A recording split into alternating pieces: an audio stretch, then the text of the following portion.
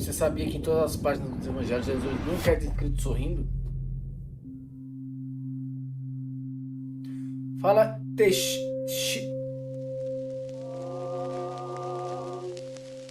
Chitami. Ué, o Teixeira, que isso, cara?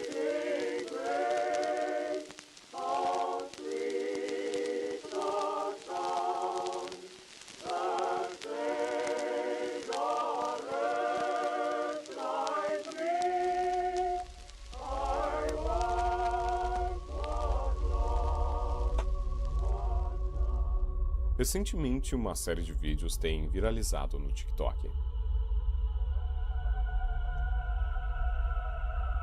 A maioria Mas eu deles tô com mostram sono aí, um Traduz. Você não tá Jesus entendendo, pouco cara. Eu não vou rir, mano. proporcional. Bicho teimoso, Diferente da velho. Não imagem do entende. Salvador amoroso, que geralmente é retratado em pinturas e no imaginário popular, a maioria dessas imagens se refere à tradição ortodoxa, uma das mais antigas formas de retratar Cristo.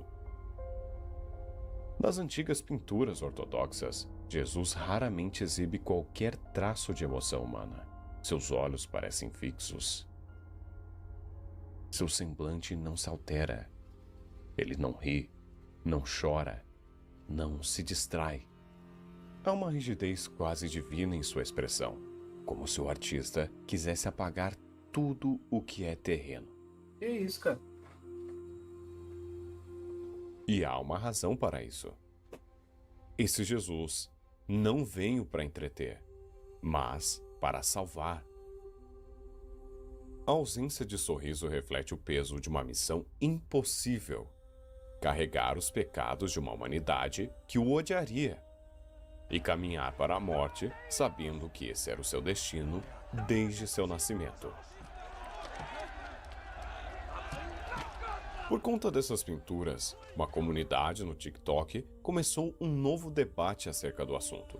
Seria o Jesus convencional uma grande farsa? Seria ele um homem mais sério, de poucas palavras e firme em suas ações? Ou um Jesus amoroso? Não, mas ó, no próprio filme que ele mostrou lá do Mel Gibson, quando ele tá com a mãe dele, ele dá risada assim, cara. Sorridente, Ou não? como Dá ele é sim. retratado em representações mais modernas.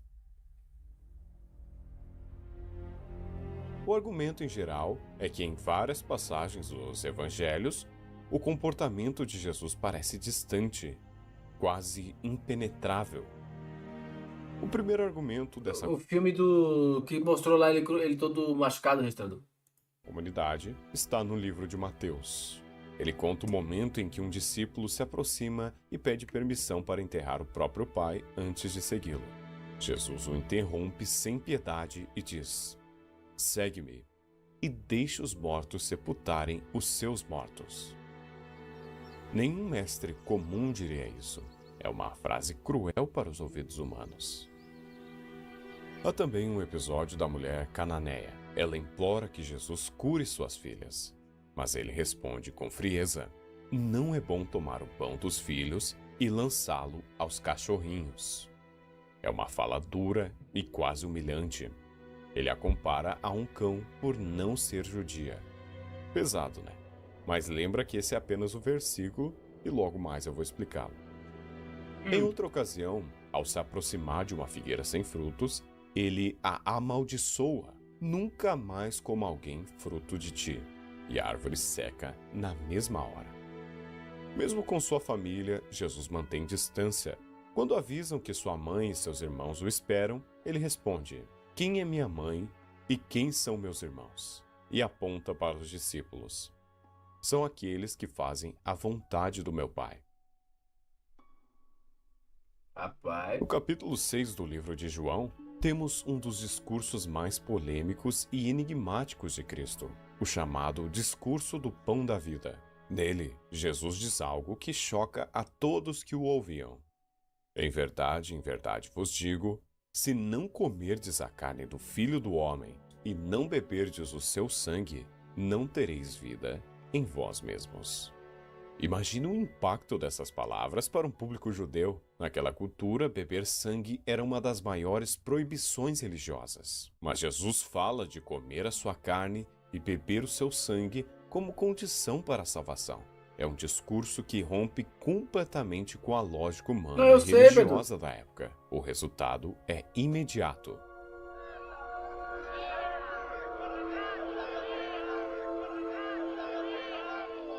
As pessoas começam a murmurar, até seus próprios discípulos, não os 12 apóstolos, mas os muitos que o seguiam, começaram a se escandalizar. Eles dizem: duro é este discurso. Quem o pode ouvir? Jesus percebe isso, mas não muda o tom, não suaviza suas palavras, não tenta explicar de forma agradável ou simbólica. Ele Rapaziada, apenas eu responde: vou pegar um.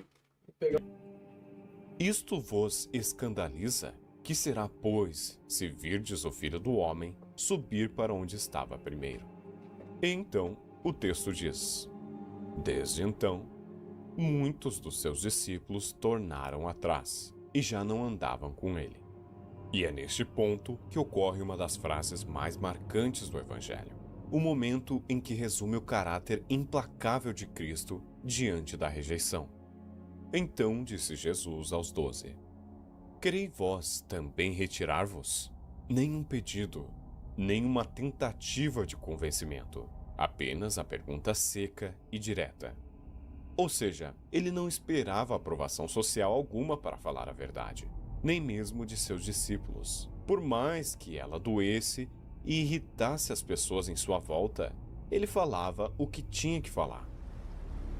Mas talvez um dos momentos mais duros seja quando ele repreende Pedro, o discípulo que mais o amava. Ao tentar impedi-lo de morrer, Pedro é cortado pela frase: para trás de mim, Satanás. É brutal. Jesus não vê ali um amigo preocupado, mas uma tentação. Para ele, qualquer tentativa de desviá-lo da cruz é diabólica. Nenhuma emoção Não é água não, mano, pode é suco de interferir limão. na missão divina. Nas palavras quanto aos fariseus, Jesus também não mostra piedade. Ele os chama de sepulcros caiados, belos por fora, mas cheio de podridão por dentro. Denuncia os religiosos hipócritas que se escondem atrás de aparências. Suas palavras são lâminas, afiadas, diretas, cortam o orgulho humano sem anestesia.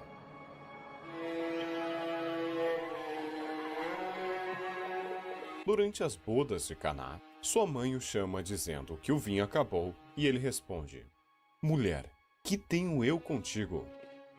A frieza dessas palavras ecoa como uma separação simbólica entre o humano e o divino. Jesus, ao se dirigir a Maria dessa forma, demonstra que o laço entre eles não é mais o de mãe e Jesus que filho, nunca sorriu, é o de viu? Criador e criatura.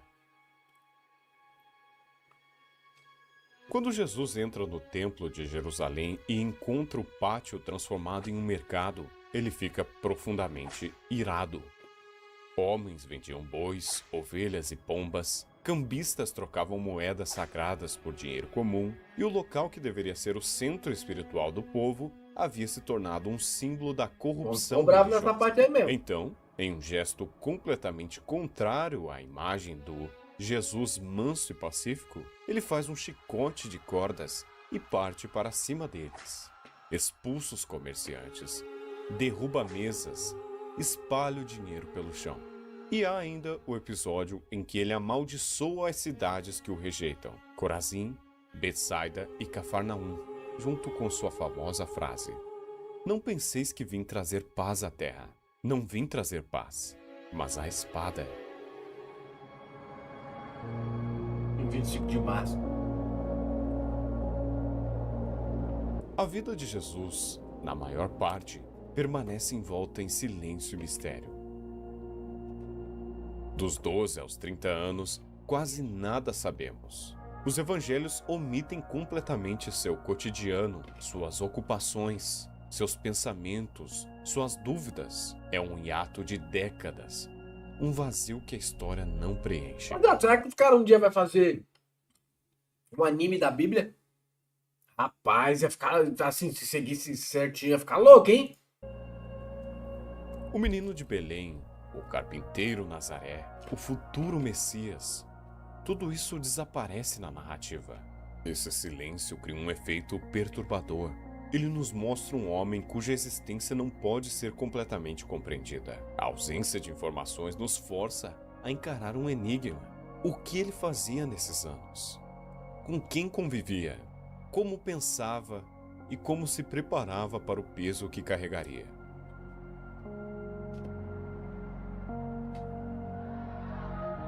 E mesmo quando ele entra na vida pública, ainda assim há uma aura de mistério. Cada palavra que pronuncia é carregada de significado. Cada gesto parece ter múltiplas camadas de intenção.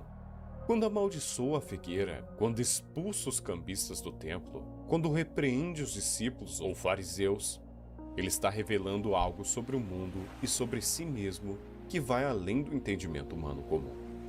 Talvez, depois de tudo isso, você pense que Jesus era uma pessoa assustadora, até mesmo difícil de ser encarada nos olhos, pois ele sabia até mesmo o que você estava pensando, e de fato, ele é a figura mais enigmática da história. Mas tudo o que ele fala, por mais grosseiro que pareça nos dias de hoje, tinha um significado, e eu vou explicar agora. Mas primeiro, você precisa entender que tudo o que você vê no mundo e acha valioso nele, para Jesus, isso não significa absolutamente nada. Dinheiro, luxo, fama, mulheres, poder, tudo isso é mundano. E nada disso faz sentido para o ser que ele era. Se você estivesse vivendo para sempre, na eternidade, você acharia graça nas coisas desse mundo? Por isso, um homem como ele, que viveu a eternidade, é muitas vezes incompreendido, pois as pessoas estão completamente presas a esse mundo. No episódio em que ele não deixa um dos seus seguidores enterrar seu pai, à primeira vista parece rude ou cruel, mas o discípulo, ao ser chamado por Jesus, é convidado a entrar na vida eterna, aquele que tem um propósito eterno, que transcende costumes humanos, tradições ou laços familiares. E, nesse chamado, não há espaço para adiamentos. Voltando ao episódio que ele compara a mulher com um vira-lata, um cachorro. Na cultura judaica da época, cachorro era um termo depreciativo para estrangeiros. Para qualquer ouvinte moderno, soa humilhante. Mas é exatamente esse choque que faz o episódio tão profundo. Jesus não está simplesmente sendo rude, ele está testando a fé da mulher, expondo sua persistência e sinceridade. Ele não oferece compaixão imediata. Ele quer ver se ela realmente acredita no poder dele e se mantém firme diante da rejeição aparente. E é aí que a história se transforma em algo quase filosófico. A mulher não se intimida e responde: "Sim, Senhor, mas até os cachorrinhos comem das migalhas que caem da mesa dos seus donos." Essa resposta é pura fé, humildade e inteligência. Ela reconhece a autoridade de Jesus e aceita a dureza da fala sem recuar. E é justamente por isso que ele a elogia e concede o pedido. A sua filha, então, é curada. Porra. Quando Desculpa. Jesus amaldiçoa a figueira, nunca mais coma alguém fruto de ti. Parece injusto, afinal é uma árvore, ela não fez nada de errado. Mas a ação não é literal. A figueira representa aqueles que aparecem vivos por fora, mas estão espiritualmente vazios por dentro. Folhas verdes sem frutos. Uma aparência de vida sem essência. Ou seja, neste exato momento, você pode estar vivo por fora, mas não está dando frutos. Israel, naquele momento histórico, se comportava de forma semelhante. Religiosamente verde por fora, templos cheios de atividades, rituais, normas e cerimônias, mas espiritualmente vazio por dentro, sem arrependimento verdadeiro, sem frutos de justiça ou fé genuína. Então, amaldiçoar a figueira não é um ato de impaciência contra uma árvore qualquer, mas uma representação dramática e simbólica do julgamento que recairia sobre um povo que parece vivo, mas está espiritualmente morto. Onde mais você vê isso hoje em dia, né? Glory, hallelujah! Glory, hallelujah! Glory, hallelujah! Glory, hallelujah! E quando ele diz, quem é minha mãe e quem são meus irmãos? Em seguida, ele aponta para os discípulos que o rodeiam e diz, são aqueles que fazem a vontade do meu Pai. Essa resposta é uma negação radical da vida doméstica. Ela mostra que, para Jesus, laços de sangue não determinam prioridade, nem mesmo o vínculo com sua mãe que o criou. A família física, para ele, é secundária diante da missão divina. O critério que define quem é o próximo ou importante não é herança genética ou amor natural aos títulos familiares. É a obediência à vontade de Deus. Jesus ensina que o verdadeiro amor não pode se limitar à família, aos amigos ou aos que nos tratam bem. Ele aponta uma verdade desconfortável. Até os gentios e publicanos, considerados pelos judeus como pessoas ímpias e corruptas, tratam bem aqueles que amam. Jesus está dizendo que a moral humana é insuficiente. Ser bom apenas com quem é próximo ou conveniente é fácil e comum, e até os maus fazem isso. O desafio que ele impõe é universal e absoluto. Devemos agir com bondade e justiça, mesmo quando não há reciprocidade, mesmo com os inimigos, mesmo com aqueles que nos desprezam. Cara, esse daí acho que é o que Jesus fala, é um dos negócios mais difíceis que pode fazer, cara. Como é que você vai amar um inimigo, cara? Cara, por isso que ele é Jesus e nós é Jesus e nós somos nós, né, cara? Porque nós somos. Nem, pelo amor de Deus, nós somos um grãozinho de areia comparado ao que ele é do universo. Não tem como, cara. Não tem como, cara. Não dá, cara. Realmente, não é. Esse é complicado, cara. Esse é difícil. Essa postura revela que Jesus não se limita ao comportamento social esperado.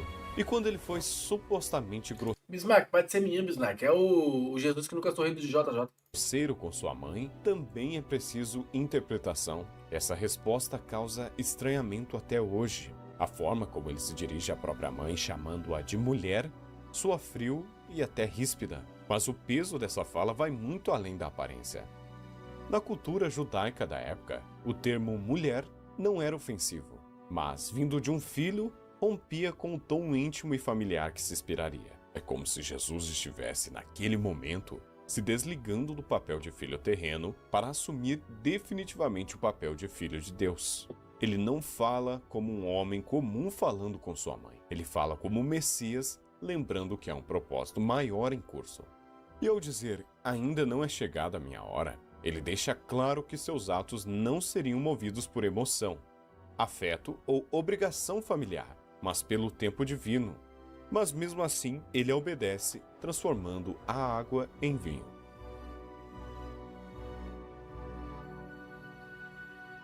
Então, os argumentos que Jesus era um cara sombrio e assustador caem por terra. E apesar de ele ser um homem muito firme, que não se importava em desagradar os outros, também demonstrava várias vezes atos gentis e amorosos.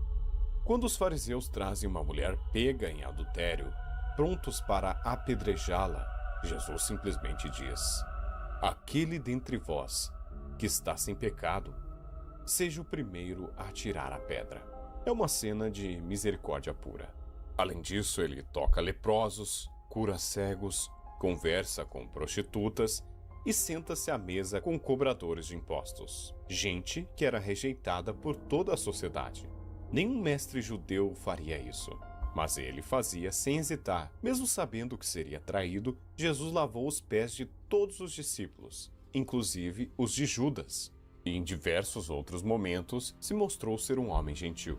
Em João 11, há um versículo mais curto e talvez um dos mais poderosos de toda a Escritura. Jesus chorou.